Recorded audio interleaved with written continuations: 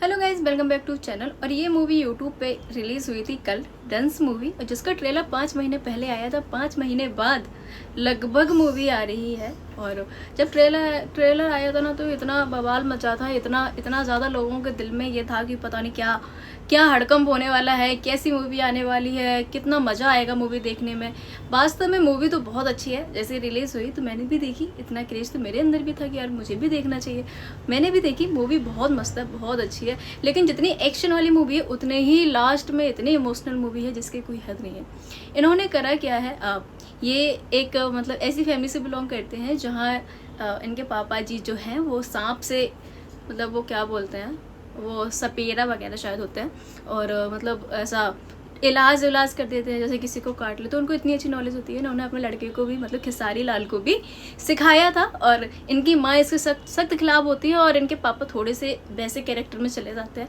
तो इनका ये सीन था और इनकी माँ बिल्कुल भी खिलाफ होती हैं कि मतलब तुम्हें ये नहीं करना है। लेकिन ये मतलब इनके अंदर इतनी नॉलेज थी, इतना लोगों के अंदर इतना क्रेज़ था गाँव में इनके, तो लोग बाग मतलब इनको ही बोलते हैं कि भैया आप देख लो, एक लड़की को सांप काट लेता है तो वो ज़बरदस्ती उनको लेके जाते हैं अपने साथ। तो ये मूवी में होता है। मूवी लास्ट में बहुत ही इमोशनल है, मतलब इतनी इमोशनल है कि अगर आप खेसारी लाल के फ़ैन हो तो आप रोने लग जाएंगे।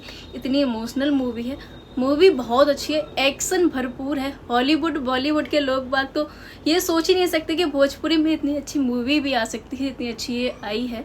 मतलब यार ठीक है, खेसारी भैया ने तो एकदम गजब घाटा रखा है। जैसे उनका नाम है ट्रेंडिंग स्टार, वैसी मूवी भी इन्होंने ट्रेंड में ही कर दी है।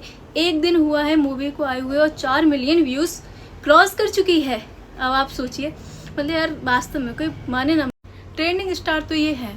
ऊपर से इस मूवी के गाने, वाह वाह वाह, क्या सुपरहिट गाने हैं। ग्लोबल म्यूजिक जंक्शन पे ये मूवी आई है और मतलब यार वैसे ही चैनल इतना हिट कर रखा है इन्होंने। और कहते हैं ना, जिसमें खेसारी भैया आ जाए तो वो चैनल भी हिट हो जाता है। गाने और मूवी की तो बात ही छोड़ दो, मूवी भोजपुरी की इतनी नहीं चलती हैं लोगों के अंदर। यहाँ भोजपुरी इंडस्ट्री में ये है कि नहीं, हम पवन सिंह के फ़ैन हैं या खेसारी लाल के फ़ैन हैं तो हम उनकी मूवी नहीं देखेंगे, हमारे लिए तो वही सुपरस्टार है। ये जातिवाद वाला बहुत सीन होता है यार, कि नहीं हम इनकी नहीं देखेंगे, हम उनकी नहीं देखेंगे।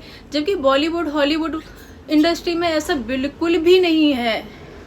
मतलब यहाँ लोग बाग अगर कोई भी मूवी अच्छी है तो उसको भरपूर प्यार देते हैं, लेकिन भोजपुरी इंडस्ट्री में एकदम से ऐसा है।